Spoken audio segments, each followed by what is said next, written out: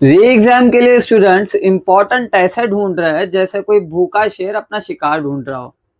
और कुछ स्टूडेंट्स तो इम्पोर्टेंट के नाम पे पूरा पूरा सिलेबस ही याद कर रहा है। हर किसी ने अलग अलग टीचर से इम्पोर्टेंट लेकर रखा है, कोई टीचर अलग इम्पोर्टेंट बता रहा है, कोई टीचर अलग इम्पोर्टेंट बता रहा है।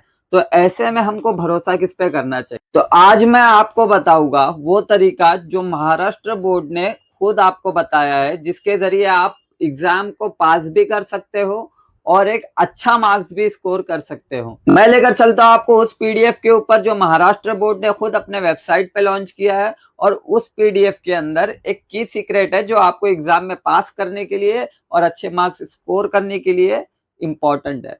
तो आपकी स्क्रीन पे विजिबल होगा भी एक पीडीएफ, आप देख सकते हैं। यहाँ पर आप महाराष्ट्र बोर्ड का लोगो भी है, महाराष्ट्र बोर्ड का नाम भी है। मैंने सैंपल के लिए इकोनॉमिक्स का पीडीएफ लिया है क्योंकि इसके अंदर बहुत से बच्चों को प्रॉब्लम्स आती है और सेम स्टेप्स आप हर सब्जेक्ट के लिए फॉलो कर सकते हैं। और अगर आपको अदर सब्जेक्ट्स का भी पीडीएफ चाहिए तो कमेंट सेक्शन में आप अपना जीमेल आईडी मुझे मेल कर दीजिए, मैं आपको ईमेल के ऊपर वो सेम पीडीएफ सेंड कर दूंगा। सबसे पहले आपको दिख रहा होगा यूनिट, टोटल मार्क्स और मार्क्स विद ऑप्शन। बेसिकली होता है क्या, आपका पेपर होता है टोटल 116 मार्क्स का, बट उसके अंदर आपको सिर्फ और सिर्फ 80 मार्क्स का पेपर अटेंड करना होता है जो कंपलसरी पार्ट होता है। तो अगर मैं फर्स्ट चैप्टर का एग्जांपल लूं, introduction to micro and macro economics का, तो ये कंपलसरीली जो आएगा 7 मार्क्स का आएगा और ऑप्शन के साथ ये 10 मार्क्स के लिए आने वाला है। तो अगर हमको सिर्फ पास होने के लिए पढ़ना है तो इस पीडीएफ के अंदर हम देखेंगे हर चैप्टर के आगे महाराष्ट्र बोर्ड ने मेंशन किया है कि कौन सा चैप्टर कितने मार्क्स का आने वाला है। इसमें से हम आइडेंटिफाई करेंगे कि हमको कौन सा चैप्टर पढ़ना है, कौन सा स्किप करना है, कितना पढ़ना है। मैं आपको सिंपल सी स्ट्रेटेजी बताता हूँ। का 3A जो 12 मार्क्स का आ रहा है, 3B इलास्टिसिटी ऑफ डिमांड, ये भी 12 मार्क्स का आ रहा है। सप्लाई एनालिसिस भी 10 मार्क्स का है। और नीचे अगर जाएंगे तो पब्लिक फाइनेंस 12 मार्क्स के लिए, capital market and money market ये भी 11 मार्क्स के लिए आने वाला है।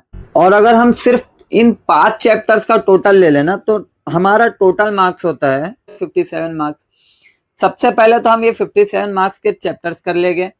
उसके अलावा 20 मार्क्स के ऑब्जेक्टिव को तो ऑप्शन लेकर चलना ही नहीं है, हर चैप्टर के ऑब्जेक्टिव करके जाइए। ये 5 चैप्टर के करके जाइए, ये जो 56 मार्क्स के आएंगे, 56 में से बुरी हालत में आपको 30 मार्क्स भी आए, 20 मार्क्स के ऑब्जेक्टिव करके जाओगे तो उसमें से बुरी हालत में आपको 10 मार्क्स भी आएंगे। तो यहाँ पर हमारे हो जाते 40 मार्क्स। इंटरनल आपको बुरी हालत में 20 में से 10 तो मिल ही जाता है, तो यहाँ पर हो जाते हमारे 50 मार्क्स। ये मैंने एकदम एक्सट्रीम और बुरी हालत में बताया कि आपको 50 मार्क्स इस तरीके से आ सकते हैं।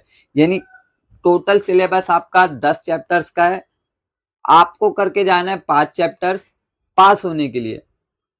तो ये स्ट्रेटेजी अगर आप फॉलो करोगे तो आपको 10 जगह इंपॉर्टेंट क्वेश्चन करने के लिए भागने की जरूरत ही नहीं है।